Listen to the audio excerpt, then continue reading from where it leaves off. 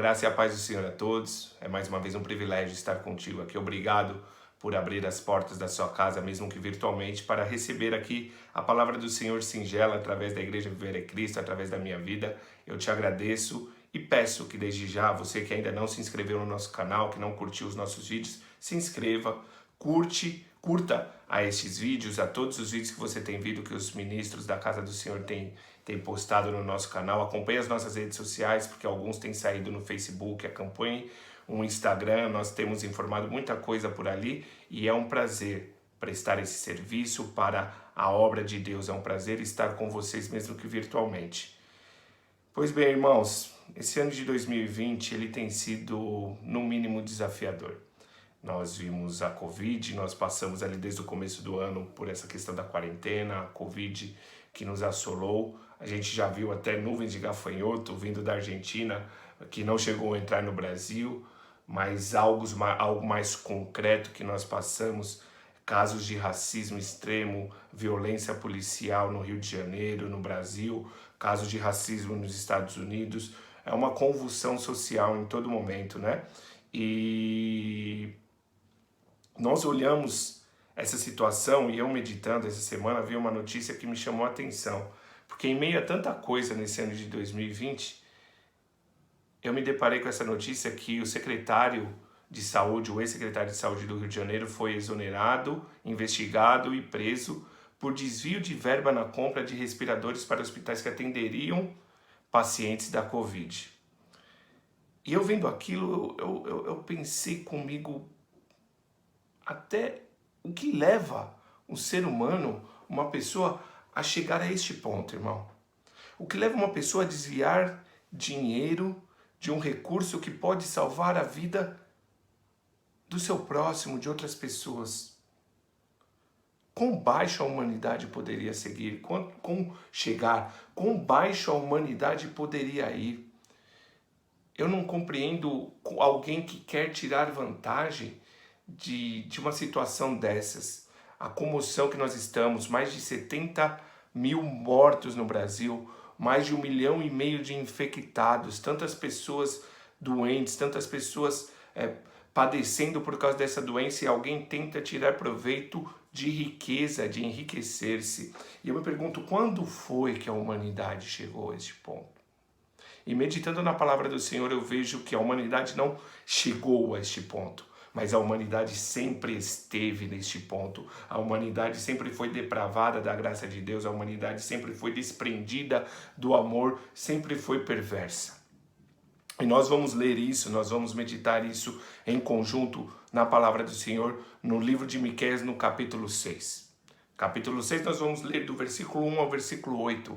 Mas, irmãos, mantenha a sua Bíblia aberta, porque nós vamos ler em trechos, nós vamos ler em pedaços.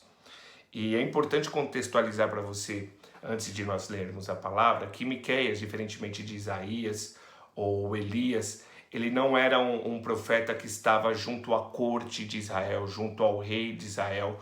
Ele não tinha acesso, ele era um camponês, ele era um homem do campo, ele era um homem do povo, vivia ali junto com o povo de Israel, daquilo que plantava e colhia. Por isso ele tinha muito acesso à realidade daquele povo, do povo simples, do povo do campo, do povo de Israel, e tinha noção do que aquilo que o homem do reinado, aquilo que o rei fazia, aquilo que os homens que detinham o poder faziam, como isso refletia no dia a dia de Israel, como isso refletia no dia a dia do homem simples, no nosso dia a dia, no seu dia a dia trabalhador, no seu dia a dia membro da Igreja Evangélica Viver é Cristo. Como a ação de quem detém o poder, de quem está acima, refletia na vida daquele que era mais simples. E é interessante entender isso porque é muito parecido com esse caso da notícia que eu contei para vocês. Como o desvio de verba, como a corrupção do governo ou de qualquer instância governamental, qualquer instância do Estado, ela interfere na nossa vida. E como isso traz mazelas para o nosso povo. E como isso demonstra a baixeza, a depravação do ser humano. Mas leia comigo, diante dessa contextualização, a partir do versículo 1, mantenha sua Bíblia aberta no livro de Miqueias, diz a palavra do Senhor. Ouvi agora, o que diz o Senhor: levanta-te, defende a tua causa perante os montes e ouçam os outeiros da tua voz. Ouvi, montes, a controvérsia do Senhor, e vós, duráveis fundamentos da terra, porque o Senhor tem controvérsia com o seu povo e com Israel entrará em juízo. Povo meu, que te tenho feito e com que te enfadei? Responde-me. Então aqui, este trecho, Miqueias está fazendo uma parábola, uma espécie de parábola onde se estabelece ali um julgamento, onde Deus é o promotor e é o juiz. Os montes, outeiros e os fundamentos da terra são postos por testemunha daquele julgamento. E o povo de Israel está como um réu. O povo de Israel é julgado nesse contexto de ter quebrado a aliança com o nosso Deus. Quebrado o pacto de amor com o nosso Deus. E o nosso Deus coloca ali aquela controvérsia, aquele caso jurídico contra o povo de Israel e diz: que te tenho feito? Com que te enfadei? Diga-me. E o nosso Deus acusa ali Israel de ter quebrado esse pacto, de ter quebrado esta aliança. E é interessante porque, inclusive neste ano de 2020, eu vi muitas pessoas querer fazer o contrário. Querer colocar a culpa em Deus. Olha, Deus lançou a Covid, Deus está enviando o gafanhoto, Deus permitiu que tudo... É culpa de Deus. Irmão, quem sou eu para defender a Deus? Misericórdia, não estou me colocando nessa condição. Mas vamos refletir um pouquinho. Geralmente nós temos essa tendência de querer culpabilizar outras pessoas por coisas que são nossa responsabilidade, por coisas que são de caráter íntimo, que são consequências diretas das nossas ações. Então vamos entender esse julgamento. O que Deus tem nos feito na realidade? O que Deus tem como Deus tem te enfadado, como Deus tem te cansado, como Deus tem te feito se afastar dele. Será que a culpa é de Deus? Que culpa tenho eu?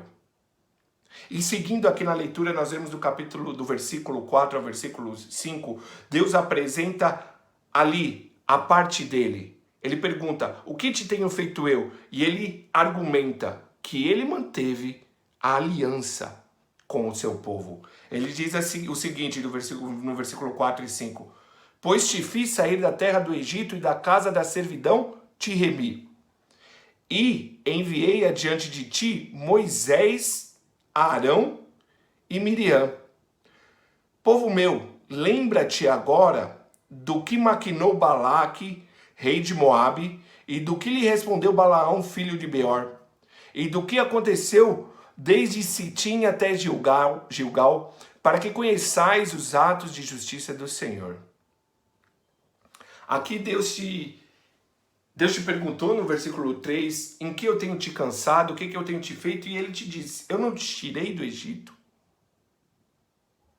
Eu não te dei libertação através das mãos de Moisés, Arão e Miriam?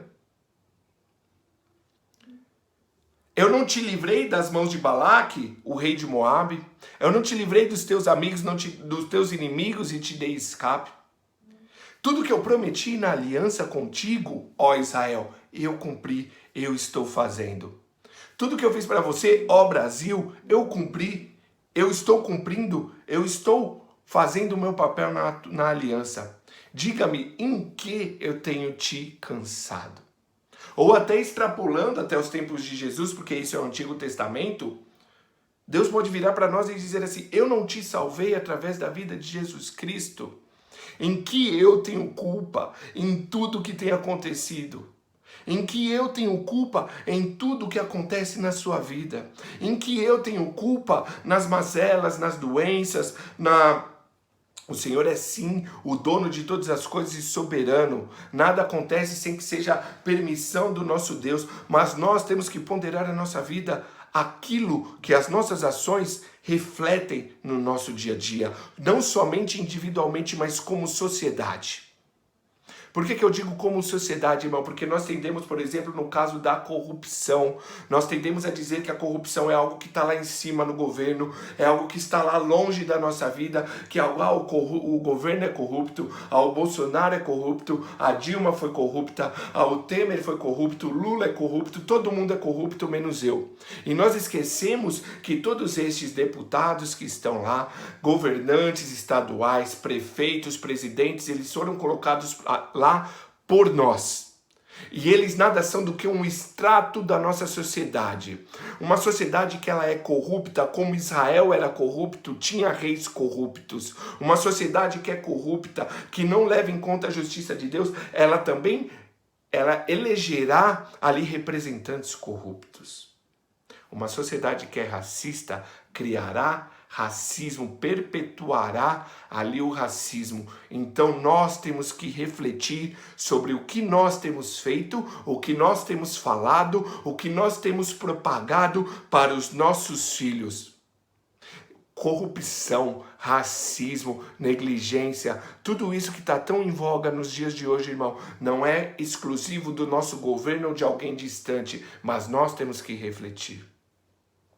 O Senhor cumpriu a sua parte da aliança. Ele nos salvou, Ele nos amou, Ele nos enviou Jesus Cristo, Ele nos enviou a salvação, Ele libertou o povo de Israel do Egito, para que através de Jesus Cristo nós fomos salvos. E ainda assim nós tentamos nos redimir das nossas culpas, nos redimir da nossa negligência. Como que nós tentamos isso? Porque no julgamento primeiro é exposto, como Deus expôs aqui a acusação, a controvérsia que ele tinha com Israel, e aí depois é dada a possibilidade ao réu de falar. E aí no versículos 6 e 7, o réu fala, o povo de Israel fala, nós falamos. No versículo 6 e 7 diz a palavra do Senhor em Miqueias 6. Com que me apresentarei ao Senhor e me inclinarei ante o Deus excelso? Virei perante ele com holocaustos, com bezerros de 1 ano? Agradar-se-á o Senhor de milhares de carneiros, de 10.000 ribeiros de azeite? Darei o meu primogênito pela minha transgressão, o fruto do meu corpo pelo pecado da minha alma. Desde sempre, irmãos, desde sempre, nós tentamos comprar a nossa salvação, comprar a nossa liberdade, como se o fato do que nós possuímos, do que nós somos, do que nós temos, pudesse nos livrar daquilo que o pecado causa em nós. O que Israel estava falando aqui? Senhor, você me apresentou aqui esta controvérsia que eu tenho sido negligente na minha parte da aliança. O Senhor cumpriu a sua palavra. O que eu posso fazer? Será que eu posso te oferecer o meu melhor cordeiro? Será que eu posso te oferecer a minha melhor oliveira, o azeite das minhas melhores oliveiras?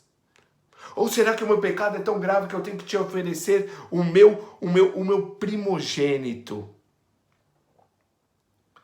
Será que a minha corrupção é tão grande que seria melhor eu te oferecer 10 mil reais, 100 mil reais, o meu carro, a minha casa, eu te dou o melhor dízimo, eu te entrego religiosidade? Será que o meu racismo, será que a minha negligência com a minha família, ela é tão grande? Se ela for tão grande, Senhor, eu te dou o que eu tenho. Eu me lembro muito do jovem rico que se aproximou de Jesus Cristo. Senhor, desde a minha mocidade, eu tenho feito todas as coisas, eu tenho seguido ali os mandamentos que os meus pais me ensinaram, em tudo eu tenho sido fiel. O que eu tenho que fazer para alcançar a salvação? Jesus Cristo pega e fala, deixa tudo que tem, vem e segue-me. Dá aos pobres, vem e segue-me. E aquele moço se afasta de Jesus Cristo com um semblante triste, porque ele amava aquilo que ele tinha. O que é que você ama, irmão? Que você acha que pode comprar ao Senhor? Não era o dinheiro daquele moço que era necessário ao nosso Deus. Não era o dinheiro daquele moço que era necessário a Jesus Cristo, mas ele estava pedindo o coração daquele homem. o coração daquele jovem. Ele estava pedindo ali a intenção, a dedicação, o amor daquele jovem. E nós tentamos sempre comprar. Nós tentamos sempre entregar os sacrifícios. Como diz a palavra do Senhor, misericórdia quero e não sacrifício, irmão. Ele não quer ritos vazios da sua parte. Sabe o que eu tenho meditado muito na palavra do Senhor nesses dias tão tenebrosos que nós temos vivido? Que todas as respostas que nós tentamos dar, elas estão envolvidas com a religiosidade. O que eu posso entregar ao Senhor para que tudo isso não aconteça? Eu vou... Irmão, não entenda mal. Antes de eu falar o que eu ia falar, não entenda mal. A sua intimidade com Deus, ela requer ali uma rotina, um dia a dia. Intimidade é dia a dia. Então você tem que conversar com o nosso Deus, você tem que se santificar. Sem a santificação ninguém verá a Deus. Mas nós tornamos isso, como Israel tornou os sacrifícios algo de troca com Deus. Nós tornamos a santificação, aquilo que nós fazemos para ter intimidade com o nosso Deus, como se fosse uma troca pelos nossos pecados. Então a resposta que nós damos ali para todas as mazelas, nós devemos orar mais. Sim, você deve orar mais. Nós devemos jejuar 40 dias e 40 noites. Sim, você deve jejuar. Mas a resposta que você tem que dar àquilo que te aflige é maior, é mais, vai além, porque o nosso Deus diz: eu quero misericórdia, eu não quero sacrifícios. O seu jejum, a sua oração, se ela não está no contexto de justiça divina, de amor ao seu próximo, de compaixão àquele que necessita verdadeiramente da palavra do Senhor e do zelo, se não está imbuído neste contexto, irmão, isso nada vale. Diz a palavra do Senhor em Isaías que isso chega aos meus narizes com cheiro podre, com cheiro de doença, com cheiro que não me agrada. Então, o que nós devemos fazer? O que nós devemos fazer? O que molda o nosso caráter? O que diz que é o nosso caráter? Como nós devemos nos apresentar mediante a tanta corrupção, a tanta falácia, tanta falsidade? Aí nós chegamos ao versículo 8, que é tão lindo e que nos ensina desde há 2000 anos atrás, irmãos, desde mais de 3.000 anos atrás, através da vida de Miqueias, Deus já deixava claro. Nós tentamos deixar tão difícil. Nós tentamos fazer uma teologia gigantesca para dizer o que o Senhor quer de nós, o que o Senhor exige dos teus servos. E estava tão claro desde o começo, o Senhor nunca nos escondeu. O Evangelho é simples, o Evangelho de Deus, ele é acessível àquele que precisa da salvação dele. E diz a palavra do Senhor no versículo 8. Ele te declarou, ó homem, o que é bom e o que é que o Senhor pede de ti. Que pratiques a justiça e ames a misericórdia, e andes humildemente com o teu Deus. Nós tentamos complicar tantas coisas. E detalhe, isso aqui é o que o nosso Deus quer de nós, irmão. Não quer dizer que fazendo isso nós seremos salvos, vamos deixar claro. Fazendo isso nós seremos salvos. Isso daqui é o que o Senhor espera de um servo reto, de um filho seu que ama a palavra do Senhor, que ama a salvação. Porque a salvação já foi comprada na cruz do Calvário através de Cristo. Isso daqui é o Senhor nos ensinando, nos mostrando o que Ele espera de nós. São atitudes mirabolantes. Eu não vi aqui em nenhum desses três que nós vamos falar rapidamente sobre esses três passos aqui que o Senhor exige de nós. Eu não vi ele dizendo que no culto é para você se portar de tal forma, ou se portar de uma maneira mais comedida, ou que é para você plantar bananeira. Ele não está falando como você ora, como você se relaciona com ele, mas ele é bem prático. Ele diz que espera de você, primeiramente, que pratiques a justiça. Praticar a justiça não é segundo os nossos atos, não é segundo o que você acha que é certo ou errado, mas a justiça, ela é determinada por mandamentos, por cláusulas, pela Constituição do seu país e pela lei de Deus. A justiça, ela é clara. Você tem que andar em retidão. Pratiques a justiça. Não devais coisa alguma a ninguém, a não ser o amor. Pratiques a justiça, seja um homem justo, fuja da corrupção, irmão. A corrupção dos mínimos atos do nosso dia a dia, dos pequenos atos. Fuja do homem mau, fuja do suborno, fuja da propina, fuja do gatunete, fuja de comprar a carteira de habilitação, fuja do dia a dia corrompido que nós às vezes somos tão tentados a cair. Pratiques a justiça. E aí na sequência ele fala, ames a misericórdia. A misericórdia, você vê que assim, o primeiro requisito é cumpras a justiça. Seja um homem justo. Fuja da corrupção. Não a corrupção que está somente ali nos políticos, mas a nossa corrupção que nos tenta todos os dias. Então fuja da corrupção, pratiques a justiça. E ele anda mais um passo. Ame a misericórdia. Algumas versões diz fidelidade, algumas tradições diz ames a fidelidade, seja fiel, ames a misericórdia. A misericórdia, nós sabemos que vem ali da sua origem, que é misericórdias, ou miséria de coração, ou seja, um coração contrito que não entrega aquilo, a vingança, aquilo que você queria entregar. A misericórdia significa dar a alguém não aquilo que ela merecia, mas entregar o amor. É isso que Deus, é dessa maneira que Deus age conosco. Então assim, você cumpre a justiça para não ferir ninguém, para não ferir o seu próximo, para não ferir nenhum estatuto. E depois, o que você entrega para as pessoas? A misericórdia. Você entrega a sua misericórdia, aquilo que Deus fez com a tua vida, aquilo que Deus faz com você. Você evolui. O que você deve às pessoas? A justiça, não somente a justiça, mais do que a justiça. A misericórdia, um coração contrito. Uma das últimas vezes que eu ministrei aqui, eu falei sobre a empatia, colocar-se no lugar do próximo, entender o sofrimento alheio, não julgar pelas aparências, mas sim colocar-se na posição daquele que está sofrendo. Misericórdia, irmão.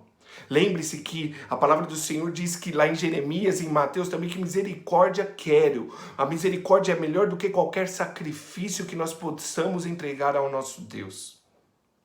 E aí ele fala, por último, e andes humildemente com o teu Deus.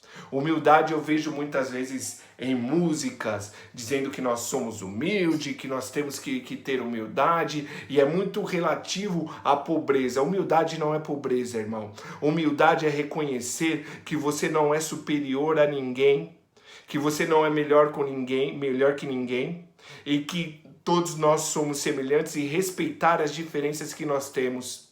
Respeitar que independentemente de todas as bênçãos que você alcançou, nada disso te faz melhor do que qualquer outra pessoa, te faz melhor do que o seu semelhante. Humildade é conter-se, é ter uma vida contida, é colocar-se ali sempre na posição de servo. Ainda mais a humildade em relação a Deus.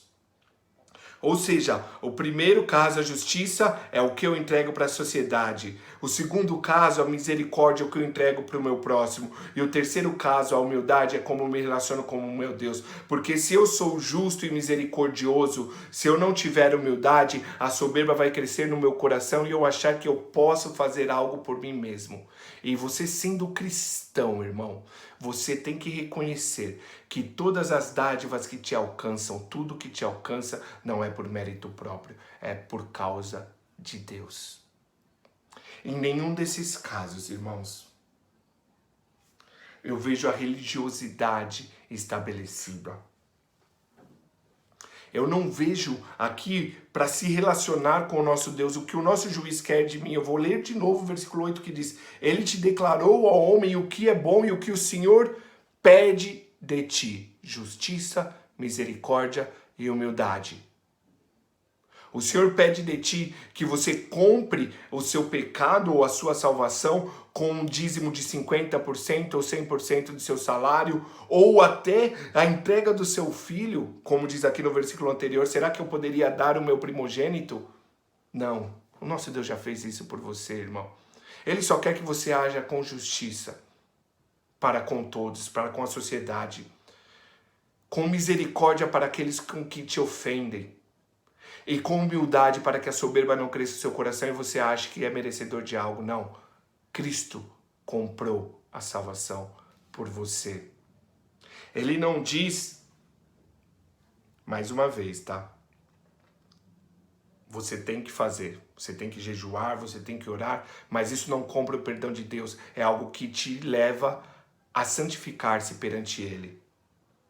Então ele não diz aqui que ele não pede de ti esses sacrifícios. Ele não pede de ti uma vestimenta do tipo A ou do tipo B. Ele não pede de ti um corte de cabelo do tipo A ou do tipo B. Ele não pede de você que você se pareça, ou que você ande, ou que você aparente algo de uma forma A ou de uma forma B. Ele te pede justiça, ele te pede misericórdia e ele te pede humildade. A humanidade sempre foi depravada e desgarrada do amor de Deus. A humanidade não chegou a este ponto que nós vemos hoje de desviar verba que pode salvar a vida de alguém. Ela não chegou a este ponto, ela sempre esteve neste ponto. A humanidade não chegou ao ponto de sufocar um homem negro numa rua, ajoelhado sobre seu pescoço por 8 minutos. Ela não chegou a este ponto agora, no ano de 2020. A humanidade sempre esteve dessa forma. O único que pode nos salvar, que pode nos trazer a salvação, e Ele nos ensina, é Jesus Cristo. É o nosso Deus, é o nosso Pai. E o detalhe importantíssimo, nós não podemos ficar alheios a tudo isso que tem acontecido na nossa sociedade, na nossa vida. Nós não podemos ficar alheios à corrupção. Ele diz que nós temos que agir com justiça. Nós não podemos ficar alheios ao racismo. Nós temos irmãos na IEVEC, nós temos parentes, nós temos muita gente que sofre, negros que sofrem diariamente com racismo, e nós não podemos passar o pano e dizer que agimos, mas todos somos iguais. Sim, perante Deus nós todos somos iguais, mas hoje o nosso irmão que é negro, que sofre o racismo, que sofre por tudo isso, ele precisa do nosso apoio para que a voz dele seja ouvida e que ele não passe mais por isso. Então o Senhor nos diz, haja com justiça e haja com misericórdia. E não se coloque cristão, não se coloque você, evangélico, como detentor da razão. Haja humildemente. Porque, irmãos, eu tenho uma das coisas que mais tem me feito refletir nesses dias de pandemia, nesses dias de isolamento que nós temos vivido, nesse ano de 2020 tão difícil, é o posicionamento do cristão frente a todas essas questões. Sou obrigado a confessar para você que alguns posicionamentos me envergonham. Não o evangelho, eu jamais terei vergonha do meu Deus e do evangelho, mas o posicionamento de alguns que dizem ser cristãos. E eu não quero falar de igreja A, igreja B, pessoa A ou pessoa B, mas eu quero falar de você. Eu quero falar de mim. Eu quero falar de nós que propagamos esse discurso de muitas vezes não estar totalmente adequados e aderentes à justiça que o Senhor pede de nós. De não propagarmos a misericórdia e o amor de Deus. Porque quando nós recebemos Jesus Cristo e entendemos que nada que nós podemos fazer, que nada que nós façamos pode comprar a salvação, e tudo foi feito por conta do sacrifício de Cristo na cruz, do amor que Ele entregou por nós na cruz. Quando nós entendemos isso, Nós só temos que dar misericórdia e amor às pessoas porque foi isso que nós recebemos de Deus. E muitas vezes o nosso posicionamento é o da vingança, é o do ódio, é o do pagar na mesma moeda e não oferecer a outra face. É o discurso do ódio, é o discurso da intolerância, é o discurso da exclusividade e não da inclusão. Irmão, como diz lá na parábola do joio e do trigo, não somos nós que separaremos aquilo que é bom ou aquilo que é ruim, porque o joio se parece muito com o trigo e só quem pode julgar é o ceifeiro, é aquele que vem para, no dia da colheita, saber quem é bom e quem é ruim, quem é trigo e quem é joio. Não sou eu, não é você. A nós, ninguém faz coisa alguma a não ser o amor. O que o Senhor espera de ti? Quantas vezes você nos perguntou isso e sempre esteve na Bíblia? O que o Senhor espera de mim? Retiros de 10 dias, onde eu me isolo de tudo para me dedicar ao Senhor, de vez em quando é bom, irmão, para nós limparmos a nossa mente, mas não é isso que o Senhor espera de ti, não é isso que o Senhor pede de ti. Será que seria eu sair daqui da minha residência no Brás e até a Igreja Evangélica Viver é Cristo, a 15 quilômetros daqui, 15, 18 quilômetros daqui, de joelhos? Não, não é isso que o Senhor pede de ti. Será que seria uma postura de retidão e preservar todos os meus modos e costumes e a minha religiosidade? Não, não é isso que o Senhor pede de ti. É simples. Não estou dizendo que é fácil de fazer, não estou dizendo que seria... Mas é simples. O Senhor pede de ti a justiça, a misericórdia e a humildade. Será que você pode fazer isso, irmão? Será que você pode entregar o seu caráter ao nosso Deus? Será que você pode entregar essas coisas ao Senhor? Reflita na sua casa.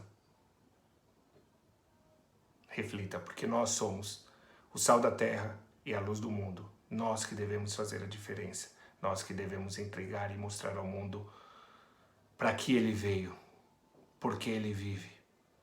E que porque nós temos esperança, que apesar de todo esse ano de 2020, eu tenho esperança que ele tem o melhor para nós. Ele já enviou Jesus Cristo e ele tem o melhor para nós. Creia nisso e ore comigo neste momento. Papai querido, nós te entregamos agora nosso espírito, a nossa intenção, Pai. Te entrego agora, Senhor, aleluia, tudo que eu sou, Senhor, porque ainda tudo que eu sou não é suficiente para pagar ou para retribuir aquilo que você fez por mim, Pai. Permita, Senhor, aleluia, Jesus, que a minha vida esteja repleta do Espírito Santo para que eu consiga praticar a justiça em meio à minha sociedade, para que eu consiga, Senhor, tirar das minhas ações, Senhor, aleluia, a corrupção que pode desencadear, Senhor, uma série de coisas ruins para os meus irmãos, Senhor. Permita, Senhor, aleluia, Jesus, que o meu espírito esteja preparado, Senhor, para viver com misericórdia, para não entregar aquilo que eu acho que é certo ao meu irmão, para não entregar aquilo que eu acho que é certo para aqueles que me ferem, mas que eu possa retribuir o amor, para que eu possa ensinar, Senhor, aquilo que a tua salvação, o teu sacrifício me mostrou na cruz. Que eu possa ser humilde, Senhor. Me ajude, Senhor, a ser humilde, a andar em humildade, Senhor, nos teus dias, no teu propósito, no teu caminho, Senhor, para que a soberba não me permita, Senhor, acreditar que eu sou melhor do que alguém. Eu não sou melhor do que ninguém, porque a minha salvação, aquilo que eu tenho de mais precioso, foi comprado na cruz do Calvário por Jesus Cristo. O meu maior mérito, a minha maior qualidade não foi conquistada por mim, mas foi conquistada, foi dada, foi entregue de graça pelo meu Salvador, Pai. Que eu possa, Senhor, aleluia, Jesus, através do Teu Espírito Santo, ser movido, Deus, a transformar, a ser um agente de transformação na minha sociedade. Que eu não possa olhar, Senhor, aleluia, Jesus, a corrupção dos meus queridos, a corrupção dos meus irmãos, o racismo dos meus irmãos, Senhor, as mazelas do meu país e ficar indiferente a isso, mas que eu possa, Senhor, aleluia, Jesus, ser transformado pelo Teu Espírito. Espírito e mostrar verdadeiramente em cada atitude minha, em cada ato meu, Senhor, aquilo que o Senhor comprou por mim na cruz, aquilo que o Senhor me ensina todos os dias, Senhor. Que o Senhor não permita, Senhor, que a perversidade, que a humanidade sempre viveu, que o pecado nos separa de Ti, Senhor, que este pecado, que essa perversidade venha diminuir a esperança no meu coração, venha diminuir a esperança na minha mente, Senhor. Eu sei que o meu Redentor vive, que Ele tem um amanhã preparado para nós, Ele tem um amanhã preparado para a sua vida, na sua casa, Ele tem um amanhã preparado para o seu emprego, para a sua família, Ele tem um bem maior preparado para ti. Creia. Apesar da noite parecer escura, apesar dos dias parecerem ser mal, vai amanhecer. Vai amanhecer na sua vida, irmão. Vai amanhecer na tua casa, na tua história, em nome de Jesus. Creia nisso. Entregue e confie, entregue o melhor, haja sempre com justiça, misericórdia e seja sempre humilde. É isso que o Senhor te pede, em nome de Jesus. Que o amor de Deus, nosso amado e eterno Pai, a graça do nosso Senhor e Salvador Jesus Cristo e a comunhão consoladora do Espírito Santo de Deus esteja todos os dias da tua vida. Que isso mova os teus atos. Que você seja um agente de transformação, em nome de Jesus. A graça e a paz do Senhor a todos. Um beijo e fica com esse meu abraço e com o amor, com as saudades, mas sabendo que nós todos estamos juntos, em nome de Jesus. Amém.